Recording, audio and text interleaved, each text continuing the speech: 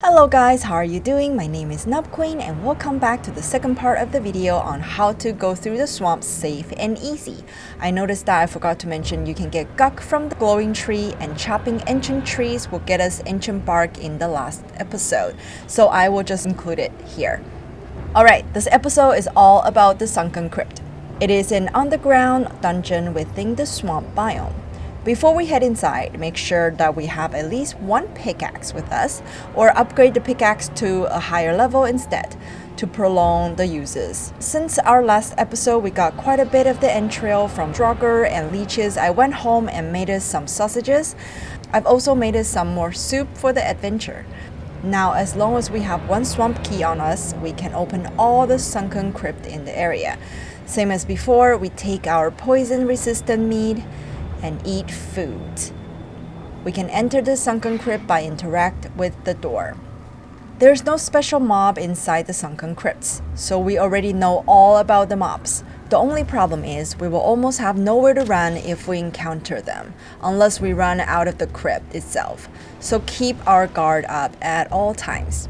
We will most likely see at least two paths, if not three, leading deeper into the dungeons. To prevent being lost, we will only follow one trail at a time. And if we see these muddy scrap piles in our doorway, this is a good thing because if we use our pickaxe to dig them, we will get scrap iron. And if we pop them into our smelter at home, we can get iron. Then we can start making iron weapons and gears. This is one of the reasons why we want to visit these slimy and stinky crypts. The scrap irons are quite heavy, so we will be maxing out our carrying weight quickly. When that happens, what I usually do is I will run back to the entrance and drop them right in front of the entrance, either inside or outside. They have never despawned on me, so I don't think we have to worry about that. Once we drop whatever we can at the entrance, we can continue to go through the dungeon. I use bow and arrow a lot actually in the dungeons because I just don't really like close combat. But if you wish to do so, of course, go for it, you do you. But as chicken as I am, if I notice there's enemy behind the muddy scrap pile, I will purposely only break, say, like half of the scraps and leave half so the mobs can come over to us. Then I start using my bow and arrow to shoot them instead. And until I feel comfortable to easily kill them, only then I would go for it. And even using this method, I will still die here and there.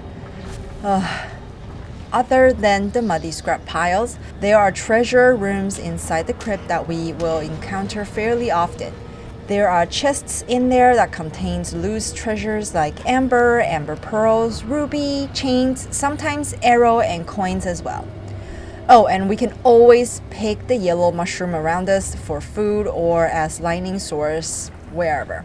We will also find body pile in the crypt too. That's basically draugr spawner. It will spawn 2 draugr at a time and will spawn draugr, ranged draugr, or draugr elite.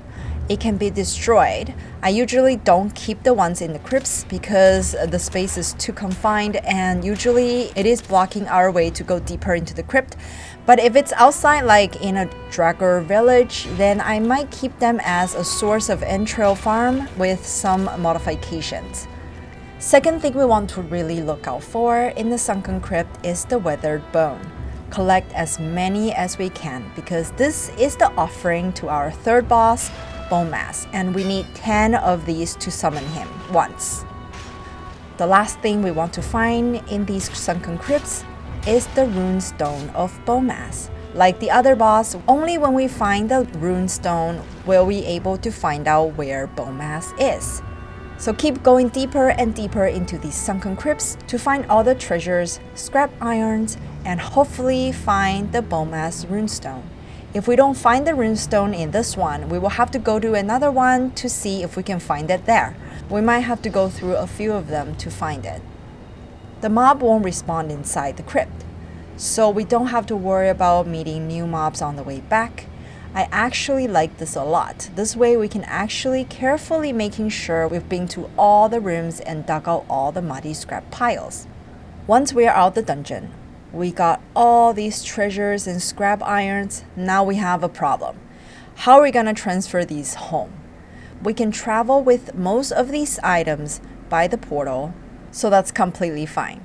But we won't be able to transport the scrap iron using the portal. It's just not allowed, just like the copper and tin before. We will have to figure out a way to transport them home. If like us right now, our swamp is actually a part of our main island, it is a bit easier if it's not too far. We can just create a cart or just put them in our inventory, then slowly pull them back home. It will still be a while though, just for your information. The second option is to use a boat to transport them. If we don't want to cheat the game, this might be our best bet. We can put the scrap iron into our boat storage, then set sail right home, and hopefully we won't see serpents or anything like that on the way home. The last way, the easiest way, I'm not going to teach you in this video because I'm afraid that once you find out, you will feel like you have cheated. But for the people that wants to know, I have put it in the description of this video. This way, I won't spoil the game for some of you, and it might benefit the people that don't mind using this method. And that's all about the Sunken Crypt. I hope you guys enjoy this video, and I hope I have helped some of you out. Thank you so much for watching, and I will see you in the next video. Later!